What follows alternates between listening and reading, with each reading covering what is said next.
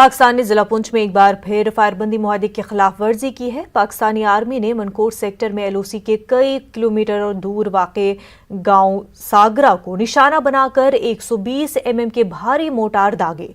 इलाके के लोगों में खौफ हिरास का माहौल पैदा हो गया। गोलाबारी में कोई जानी नुकसान नहीं हुआ है, लेकिन कई मकामात पर पाकिस्तानी गोलों के टुकड़े पड़े हैं। लोगों ने हुकूमत से गांव में बंकर तामीर करने की अपील की है। PHE महकमे से नाराजगी का इजहार करते हुए लोगों ने कहा कि गोलाबारी के दौरान भी उन्हें चश्मों से पानी लाना पड़ता है। LG साहब, मनोज सेना से ये रिक्वेस्ट है, हमारी ये अपील है इस वीडियो के माध्यम से कि फौरी तौर हमारे इलाका का जायजा लिया जाए। DC साहब को हुक्म सादर फरमाया जाए कि वो अपने लोगों को, अपने मुलाजमों को यहाँ पे भेज के इस इलाका का मुआयना करके यहाँ पे फौरी तौर हम लोगों को अपनी जान बचाने के लिए बैंकर दिए जाए। रोशनी जमीन घपला मामले में सुप्रीम कोर्ट ने दरख्वास्त दहनगान को अबूरी तौर पर राहत दी है। सुप्रीम कोर्ट ने कहा है कि पहले हाई कोर्ट रिव्यू पिटीशन पर फैसला दे, उसके बाद इस मामले पर गौर किया जाएगा। रोशनी घोटाला मामले में सुप्रीम कोर्ट ने समाअत के लिए जनवरी के आखिरी हफ्ते का वक्त दिया है। रियासत हुकूमत ने यकीन दिलाया है कि जब तक सुप्रीम कोर्ट मामले की सुनवाई नहीं करता है तब तक दरख्वास्त दहनगान के खिलाफ कोई कार्रवाई नहीं की जाएगी। सॉलिसिटर जनरल ने पूरी तफसीलात के लिए कोर्ट से पीर तक वक्त मांगा है। रोशनी एक्ट के तहत जमीन पाने वाले कुछ लोगों ने सुप्रीम कोर्ट में दरखास्त दाखिल करके हाई कोर्ट के फैसले पर रोक लगाने की मांग की थी। वाज़ेह है कि करीब 25,000 करोड़ रुपए के इस जमीन घोटाले को जम्मू कश्मीर की तारीख का सबसे बड़ा घोटाला बताया जा रहा है। इसमें कई सियासी लीडरों के नाम भी आ रहे हैं। कुछ मुलजमीन का ताहम कहना है कि उन्होंने जायज तरीके से जमीन हासिल की है।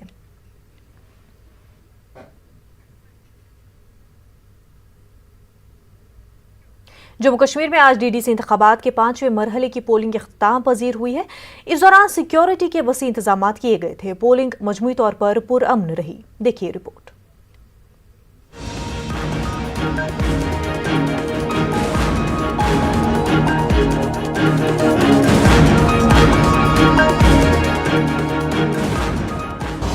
जम्मू कश्मीर में डिस्ट्रिक्ट डेवलपमेंट काउंसिल के लिए 8 मरहलों में पोलिंग हो रही है।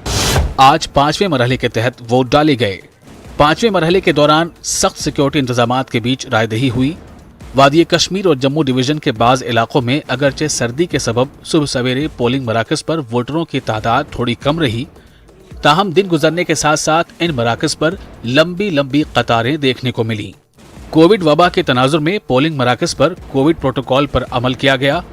5वें मरहले में 37 हलकों में वोट डाले गए, जिनमें कश्मीर से 17 और जम्मू से 20 सीटें शामिल हैं। 5वें मरहले में 299 उम्मीदवार मैदान में हैं। इनमें 70 खवातीन उम्मीदवार भी शामिल हैं। 5वें मरहले के लिए जम्मू कश्मीर में 21,004 पोलिंग मराकज कायम किए गए थे। कश्मीर में 1190 और जम्मू खित्ते में 914 पोलिंग मराकज कायम किए गए थे।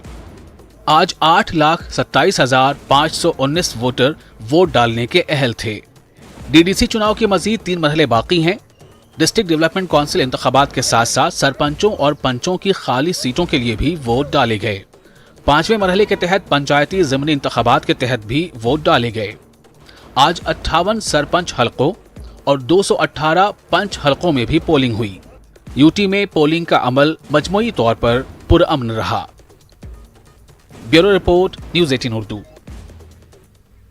कुलगाम में DDC इंतखाबात के 5वें मरहले के तहत देवसर A और B में अच्छी पोलिंग रिकॉर्ड की गई है। इस बीच कुछ इलाकों में सन्नाटा छाया रहा। जंगलपुरा, राहपुरा, खरून और कई दूसरे मकामात पर पोलिंग न के बराबर हुई। इन मकामात पर माजी में भी बहुत ही कम पोलिंग रिकॉर्ड की गई थी। मजमूई तौर पर यहाँ हालात पुरअमन रहे। जिला अनंतनाग में DDC इंतखाबात की अक्सबंदी के दौरान SSP अनंतनाग संदीप चौधरी ने न्यूज़ 18 उर्दू के नुमाइंदे मुदस्सिर कादरी के साथ बदसलूकी की। बाद में इस मसले को आला हुकाम के साथ उठाया गया, ताहम SSP ने इसके बाद माफी मांगी। इस दौरान SSP ने कहा कि जो कुछ भी हुआ वो सिर्फ कंफ्यूजन की वजह से हुआ। SSP ने मुदस्सिर कादरी से जाती तौर पर माफी मांगी है। इस मौके पर वहां दीगर मीडिया नुमाइंदे भी मौजूद थे। इसके बाद मुदस्सिर कादरी से छीने गए तमाम आलात वापस किए गए।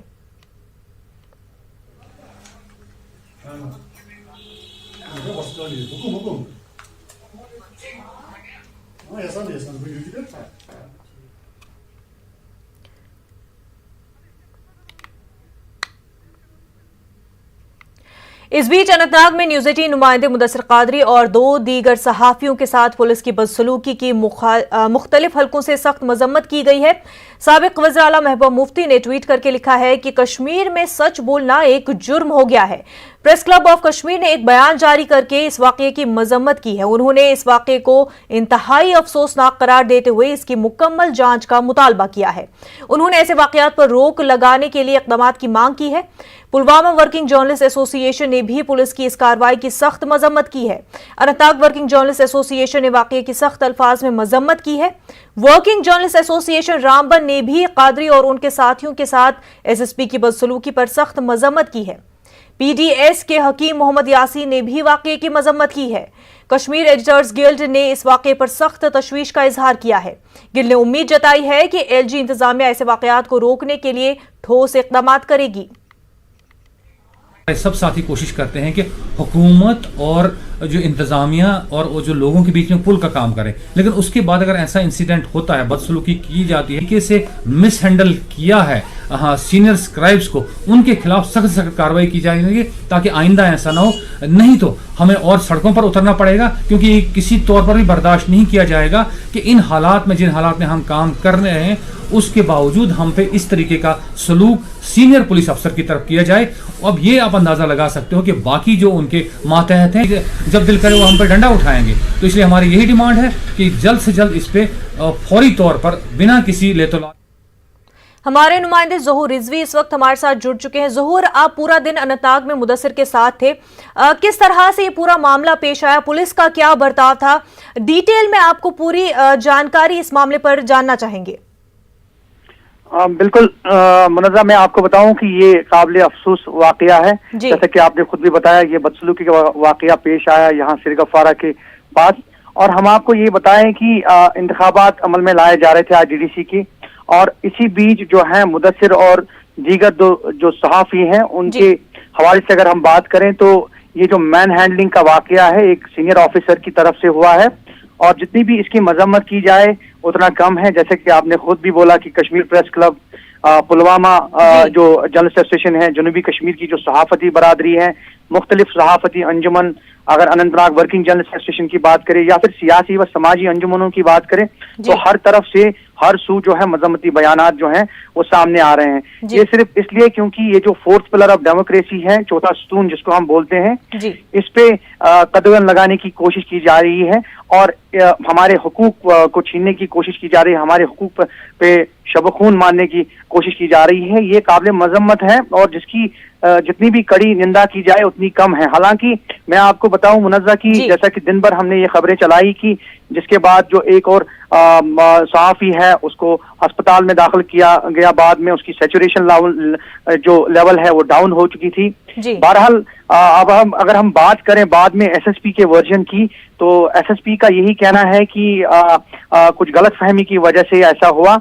हालांकि जो अनंतनाग वर्किंग जर्नलिस्ट एसोसिएशन है उनके जिम्मेदारान जो हैं, बाद में SSP खुद उन्होंने मौके का जो है वो जायजा लिया, वो वहाँ सिरगफवारा पहुंचे और वहाँ पे सहाफती बरादरी से जो है उनसे बात की, और चूंकि ये मामला जो है बाद में मुनज़्ज़र सुलझाया गया। हालांकि उनने मुआज़रत भी जाहिर की और माफी मांगी मुदस्सिर कादरी से, वहाँ भी मफाहमत के जरिए जो है उन्होंने ये मसला जो है सुलझाया और जो भी इक्विपमेंट्स वगैरह हैं मुदस्सिर के वो वापस लौटाए गए। लेकिन यहाँ पे जितनी भी सहाफती बरादरी है, सहाफती हल्के हैं, उनका यही कहना है कि इस तरह के वाकयात जो हैं मुस्तकबिल में नहीं रोनमा होने चाहिए, क्योंकि सहाफती बरादरी जो है इसे फोर्थ पिलर ऑफ डेमोक्रेसी कहा जाता है। ये चौथा सतून है, चौथा टायर है गाड़ी का। इसके ऊपर जो भी कदगन लगाई जाएगी या जब भी कोई आंच या जख्म पहुंचाने की कोशिश की जाएगी तो ऑब्वियसली जो है ये सोसाइटी पे इसका इम्पैक्ट पड़ता है। तो ऑब्वियसली चूंकि ये नुमाइंदगी करते हैं, ये रिप्रेजेंटेटिव होते हैं सोसाइटी के, समाज का हिस्सा होते हैं, और हमेशा हमारी यही कोशिश रहती है, सहाफती बरादरी की कोशिश रहती है कि अवाम के मसाइल उबारे जाएं और सारी चीजें सामने लाए जाए। ऐसे में अगर जो इंतजामिया, पुलिस या जो दीगर एजेंसियां हैं वो इस तरह की कोशिशें करें या फिर इस तरह के जख्म पहुंचाने की कोशिश करें, तो मुझे लगता है कि ये जितनी भी इसकी मजम्मत की जाए उतनी कम है। लेकिन बहरहाल मैं आपको मुनज़्ज़र यही बताऊंगा कि एसएसपी ने बाद में मुदस्सिर कादरी से माफी मांगी और ये जो बदसलूकी का वाकया है इसमें बाहमी मफाहमत की गई और एसएसपी ने माफी मांगकर जो माजरत जाहिर की, वो मैं नाजरीन तक ये खबर पहुंचाना चाहता हूँ। जी मुनज़्ज़र। बिल्कुल ज़हूर, पर क्या जो माफ़ी है वो काफ़ी होगी, क्योंकि पहले भी इस तरह के इंसिडेंट्स हमने कश्मीर में देखे हैं और जर्नलिस्ट जो है वो दिन रात अपना काम करते हैं, इस तरह के वाक़या जो है उनके काम में खलल पैदा करती है। आगे इस तरह के इंसिडेंट्स जो है वो ना हो, उस पर किस तरह से रोक लगाई जाएगी वो देखना होगा।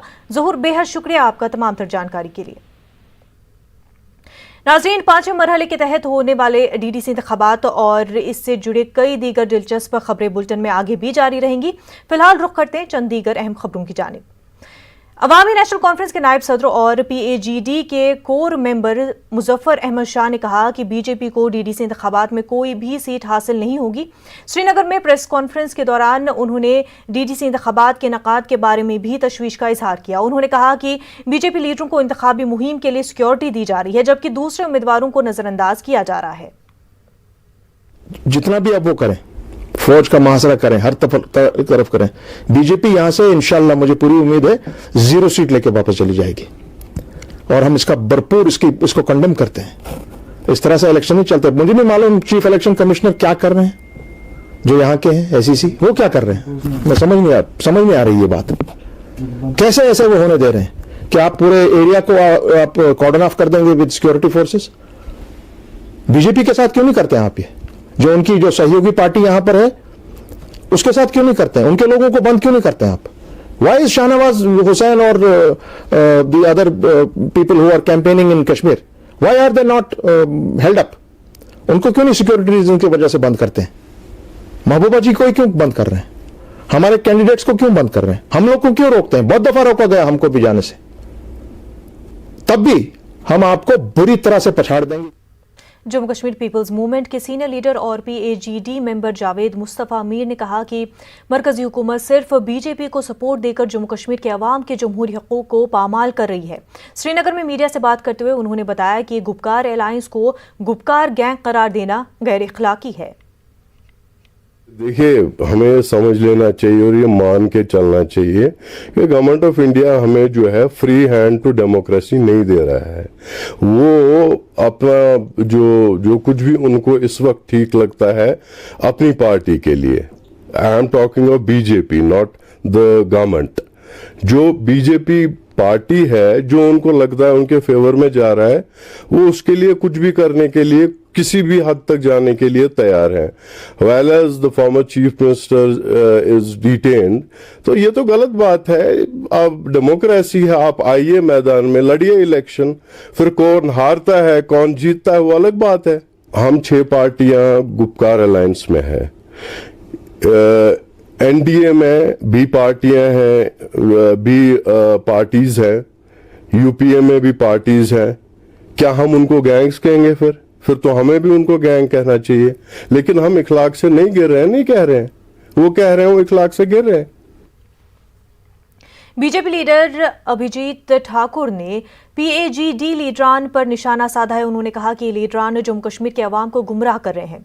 ठाकुर ने महबूबा मुफ्ती पर भी हमला किया है। उन्होंने कहा कि महबूबा मुफ्ती को पता है कि वो इलेक्शन हार गई हैं, इसीलिए वो घर में नजरबंदी के बहाने बना रही हैं। ठाकुर ने फारूक अब्दुल्ला पर भी तनकीद की। ठाकुर ने इल्जाम लगाया कि फारूक अब्दुल्ला ने ही वादी कश्मीर में बंदूक लाई। मुझे लगता है डेमोक्रेसी में जो इजाज़त है वो पहली बार ही आपको DDC में यहाँ पर नज़र आ रही होगी। सभी लोगों को पूरी तरह से जो है पूरी खुली छूट है, सब अपनी अपनी जगह पे कैंपेनिंग कर रहे हैं। सिक्योरिटी पॉइंट ऑफ व्यू से कुछ और चीज़ें अलग हो सकती हैं, अदरवाइज़ हर इंसान पूरी तरह से अपना जोर शोर लगा रहा है ताकि जो जवान चेहरे हैं, जो नए लोग हैं, वो उभर कर आगे आ सके। रही बात जिस बयान की आप बात करें महबूबा जी की, जो कल उनका वीडियो भी वायरल हुआ है, अगर आप उसमें देखें तो वो ताले को, जो उनका गेट है उसको अंदर से ताला लगा हुआ है, ना कि बाहर से लगा हुआ है। पर कि इनको अगर ऐसी कोई बात है तो यहाँ पर इलेक्शन कमीशन बैठा हुआ, उसके पास इन्हें कंप्लेंट करनी चाहिए। असलियत में बात यह है कि इनकी सियासी ज़मीन आज ख़त्म हो चुकी है। कश्मीर की जनता को आपने काफ़ी देर तक बेवकूफ़ बनाया, अब ये लोग आपके इन झांसों में आने वाले नहीं हैं। फारूक साहब किस डेमोक्रेसी की बात करेंगे? 87 के भूल गए वो उन्होंने, जब यहाँ पर MUF को फारूक साहब ने हरवाया था? क्या भूल गए सेंटर के साथ उस समय कैसे सांठगांठ की थी, कैसे जीतों को हराया और हराए को जिताया था, जिसके कारण यहाँ पर कत्लो गारत फैली। यहाँ पर कश्मीर में से जो सबसे पहली इलीगल बंदूक आई है उसको लाने वाले फारूक साहब हैं। यहाँ पर 30 साल जितना भी खून बहा उसका अगर कोई जिम्मेदार है तो एक इंसान, वो सिर्फ और सिर्फ फारूक अब्दुल्ला है, जिसने यहाँ तक अपने कार्यकर्ता को भी कहा कि जाओ पाकिस्तान और बंदूक लेकर आओ। वो लोग आज डेमोक्रेसी की बात करेंगे? ये आप लोगों को खुद ये बहुत बड़ा बद्दा मजाक है और ये कश्मीरियों के साथ सबसे बड़ा बद्दा मजाक। एनसी के सीनियर लीडर शमीमा फिरदौस ने एनसी हेडक्वार्टर के सामने एहतजाज किया। इस दौरान हबकदल हल्के से उनके कारकुनान भी मौजूद रहे। उन्होंने इलाके में पानी की किल्लत को लेकर एहतजाज किया। एहतजाजियों ने LG इंतजामिया से मुदाखलत की अपील की है। एहतजाजियों ने उनके मसाइल को जल्द अज जल्द हल करने की अपील की। बाद में एनसी लीडरान ने मीटिंग भी मुनक्किद की।